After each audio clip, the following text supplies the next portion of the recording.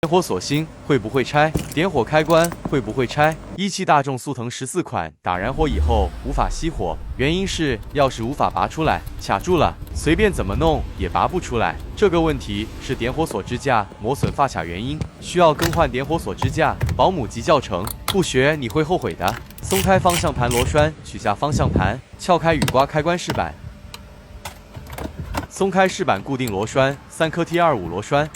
取下雨刮开关饰板，取下安全气囊插头、雨刮和转向插头，松开雨刮开关，固定螺栓，取下雨刮开关，就是要更换这个支架。取下识别插头，用穿心改刀剔松防盗螺栓，取下旧的防盗螺栓，取下点火锁支架。找一个工业风扇，大家都有吧？直接对准其中一根铁丝绞断，然后搬下来备用。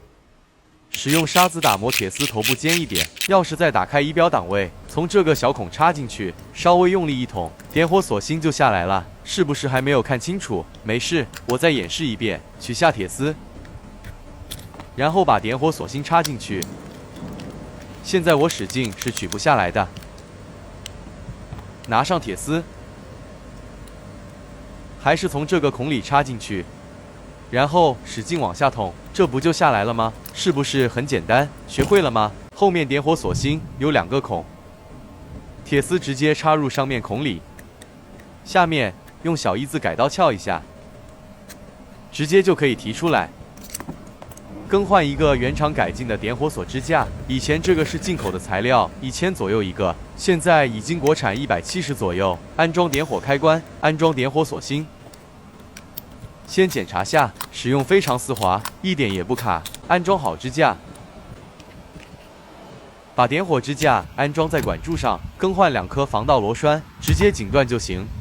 安装点火开关插头和识别插头，安装雨刮开关、紧固开关螺栓，安装开关插头和气囊插头，安装开关装饰盖，安装螺栓，合上装饰盖，安装方向盘。